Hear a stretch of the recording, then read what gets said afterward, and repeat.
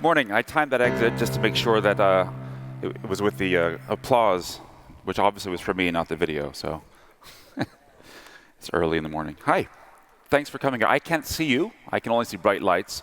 But I peeked around and confirmed that, in fact, we have about over 600 people registered to attend the event today, which is like twice as many as we had 18 months ago. My name is André Heinz. I'm a co-host and co-agitator. I should have said that when I walked out. It's an honor to have you here. And I think the fact that you've come all this way for many of you who are from out of town signals that there's a genuine hunger and interest and recognition of the importance of this type of work. And yes, it is work, even though it's also really fun and really cool. And I think the nature of the work is one that perhaps has managed to escape so much of the kind of postmodern urbanist history, one of really kind of mapping a workable, viable future for everybody involved in those places where we live. So for those of you who are new to P4, I just want to remind you of why we did it in the first place. So I guess about 2 years ago or so, we realized that there are about 500 acres of prime real estate within the city limits of Pittsburgh, most of which are brownfield, but you know, in a city like this, it's all greenfield, which are going to be redeveloped in the very near term.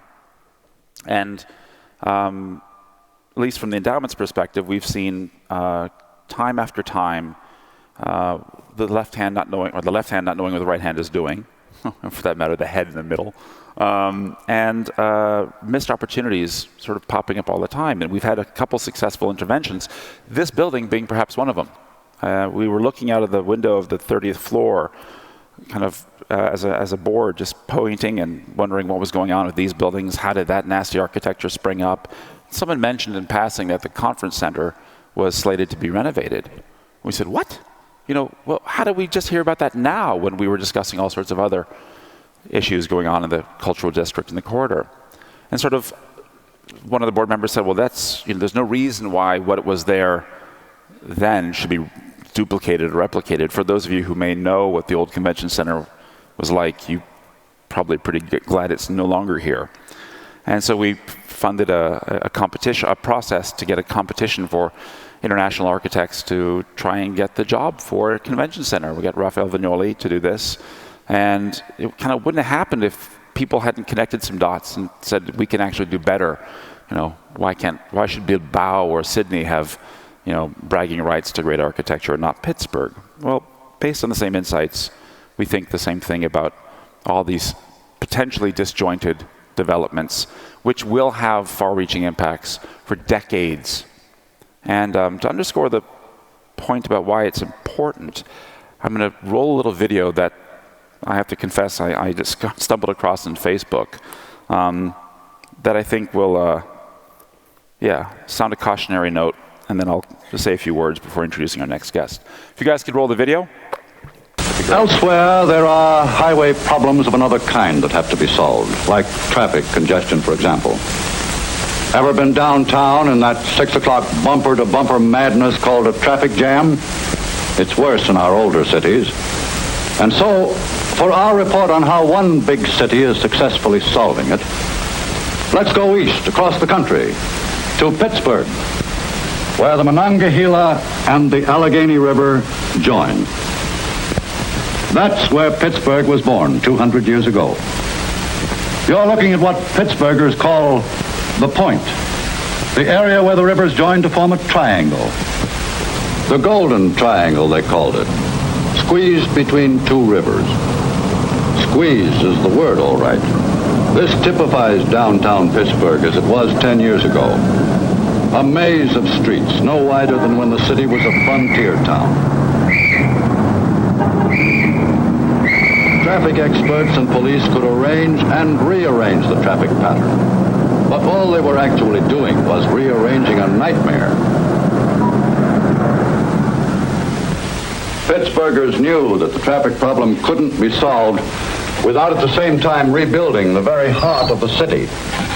The Allegheny Conference on Community Development went to work on the problem in 1943.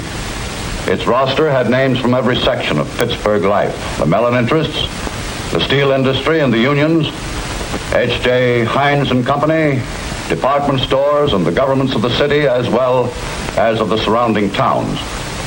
The average Pittsburgher was tempted to think, well, here we go again. But he began to be impressed by 1945.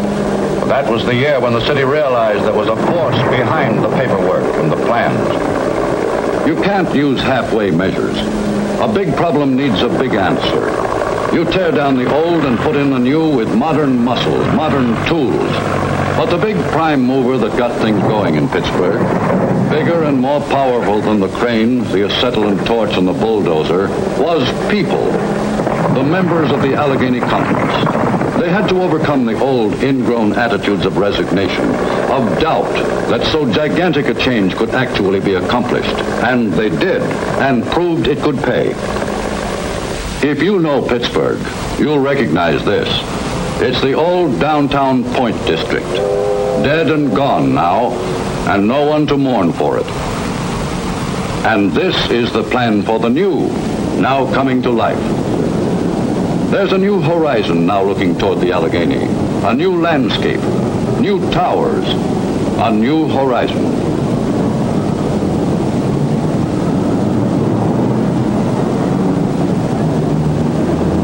And for the increased thousands who work downtown, there are municipal underground parking garages going down 6 stories.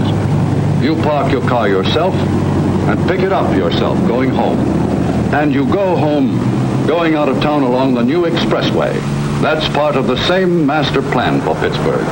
You can drive smoothly and safely in and out of the city now. And so you can say that the American road, as it goes through Pittsburgh, is being opened up, is being made free.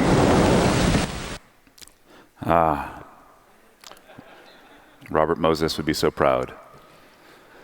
So I was a little hesitant sharing that with you this morning because I didn't want to sort of put a kibosh on the positive attitudes. But I think it's really important, especially as you heard, because our family's partly guilty for past efforts to create a better tomorrow. That we pause to reconsider our assumptions and our belief systems about what is required to do at every step, especially when big things are happening. They're just going to happen like it or not. So we have an obligation to do something. The answer can't be we're going to check out and let someone else do it. So we're going to be a part of this planning and this build out and reinvestment. But I think it's a healthy reminder not to be bedazzled by the latest, greatest whizzing. In that case, it may have been cars and highways, because you all know the story of what happened afterwards. And for me, it's it's particularly egregious when you think about what happened to the Hill District, which I think maybe many of you are familiar with. It's a historically black neighborhood, closest neighborhood to downtown, right on the hill. One of the richest places for jazz music and musicians to come from, and it's just an amazing place, a bit like our Harlem. And in their wisdom, whoever made those decisions bulldozed half the neighborhood and put about 100-foot drop for sunken highways to go out to the new suburbs. And we're feeling the reverberations from that ever since. Talk about displacement and feeling a bit ignored. So I'm really excited that at this P4, the focal lens really is around equity, because it has 2 real distinct advantages to this process that you're engaged in, we're engaged in. One is it, of course, allows you to have a vision. It informs a little bit better about your vision for what you might like, but perhaps even more importantly, it's a constant presence and touchstone for your process. At every step in the process, you can ask, how is what we're doing affecting fundamental principles around equity? Are the bridges we're building just spanning the river, or are they connecting one another?